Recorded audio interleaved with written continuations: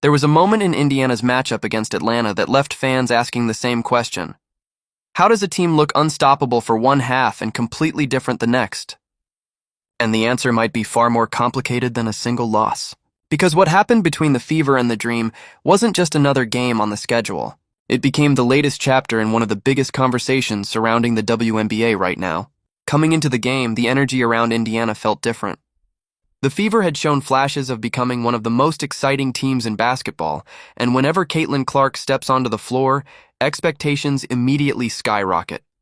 Every possession gets analyzed, every decision gets debated, every result becomes a headline. But for the first 2 quarters against Atlanta, there wasn't much to complain about. The Fever looked dangerous.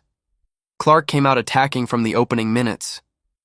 Deep shots, quick decisions, crisp passes, and the kind of pace that forces defenses into survival mode. Atlanta looked uncomfortable. Defenders were getting pulled farther from the basket than they wanted. Passing lanes were opening up. Teammates were getting clean looks. Everything seemed to be clicking. And that's exactly why what happened later became such a massive talking point. Because for a while, Indiana looked like they had finally found the formula. The ball was moving. The floor was spaced properly. Clark was controlling the tempo. Every possession felt intentional. Instead of reacting to Atlanta, Indiana was forcing Atlanta to react to them. Fans watching could feel it. This wasn't just a hot shooting night. This looked sustainable. This looked like the version of the Fever everyone has been waiting to see, and then everything changed. The second half felt like a completely different game. The pace slowed, the offensive rhythm disappeared, possessions became more difficult. The confidence that had defined Indiana's first half performance suddenly wasn't as visible. Atlanta started looking more comfortable. Indiana started looking frustrated, and almost immediately, fans began searching for answers. Social media exploded with theories. Some blamed execution. Some blamed adjustments. Others pointed directly at coaching decisions. But what made the debate even more intense was what happened after the game. Atlanta head coach Karl Smesko delivered comments that accidentally added fuel to the fire. Instead of acting like his team had dominated from start to finish, he openly acknowledged how effective Indiana had been early. He admitted the Fever had created problems. He admitted Atlanta struggled with certain actions. He admitted his team had to make adjustments. And that's where things became interesting. Because when an opposing coach openly praises what was working against his team, fans naturally begin asking why those same things weren't emphasized later. Suddenly, the conversation shifted. Instead of focusing entirely on Atlanta's comeback, people started focusing on Indiana's decisions. Why did the offense look so different?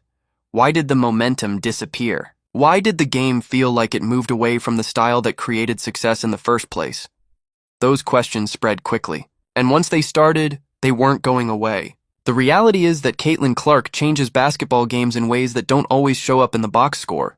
Defenses don't guard her like they guard other players. They can't. The moment she crosses half court, defenders have decisions to make. Do they step up? Do they stay back? Do they send help? Do they protect against the pass? Every option comes with a risk. That's what makes her so dangerous. Even when she isn't shooting, she bends defensive structures. Entire game plans are built around slowing her down. Entire scouting reports revolve around limiting her influence. That's rare. And when a player has that kind of impact, every offensive decision becomes magnified. Fans know it. Analysts know it. Opposing coaches definitely know it. Which is why the second half shift became such a massive story. Because people weren't just looking at the final score, they were looking at the contrast. The difference between the first half and the second half was impossible to ignore, and once fans noticed it, another conversation returned. The Stephanie White debate. Few topics have divided Fever fans more this season. Some believe White is managing an incredibly difficult situation and deserves patience. Others believe Indiana isn't maximizing its greatest strengths. Every substitution gets examined. Every timeout gets discussed. Every rotation becomes a debate. And after this game, that scrutiny reached another level. Clips from the sidelines started circulating. Body language became a topic. Interactions became a topic. Every camera angle was suddenly being analyzed. Now, it's important. But here's where the story gets even more interesting. The reaction after the game wasn't just coming from fans. Media personalities, content creators, and analysts all started dissecting the same sequence of events. The reason was simple. People weren't arguing about whether Caitlin Clark played well. Most agreed she looked dangerous early. The argument centered around what happened after that. And whenever a team has one of the biggest stars in the sport, every decision becomes magnified. That's exactly what's happening in Indiana. The Fever aren't dealing with normal expectations anymore. Every game is being viewed through a championship lens. Every offensive possession is being compared to what fans believe the team should be. That's a blessing when things are working, and a nightmare when they aren't. What makes Clark so unique is that she doesn't just score points, she changes how defenses behave. The moment she starts hitting shots from deep, defenders begin creeping farther and farther away from the basket. Suddenly, driving lanes appear. Suddenly, help defenders become hesitant. Suddenly, teammates are getting cleaner looks because the defense is worried about one player standing 30 feet from the rim. That's basketball gravity, and very few players possess it at the level Clark does. Atlanta understood that. You could see it throughout the game. Even when Clark wasn't touching the basketball, defenders were constantly aware of where she was positioned. Entire defensive possessions were being shaped around her presence. That level of attention creates opportunities, but it also creates responsibility. Because when defenses are willing to dedicate that much energy towards stopping one player, the rest of the team has to capitalize. Sometimes Indiana does. Sometimes they don't. And that's where the biggest concern surrounding the Fever starts to emerge. Consistency. One night they look like a team capable of making a deep playoff run. The next night they look like a group still trying to figure itself out. One quarter they're pushing the pace and overwhelming opponents. The next quarter they're struggling to generate clean looks.